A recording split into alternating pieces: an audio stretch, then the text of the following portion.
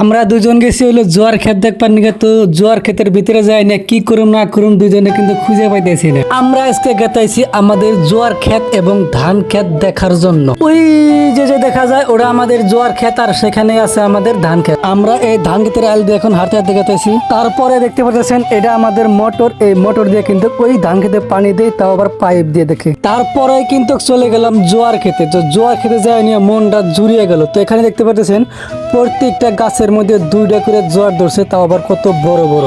আসলে ভাই জোয়ার ক্ষেতটা দেখে মনটা শান্তি হয়ে গেল।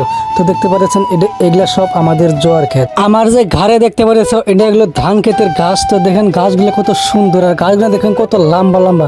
এই গাছ কিন্তু আমার চেয়েও লম্বা। তো দেখতে কত সুন্দর। আমি নিছি হইলো ঘাস, তো আরেকজন নিছে জোয়ারের পাতা।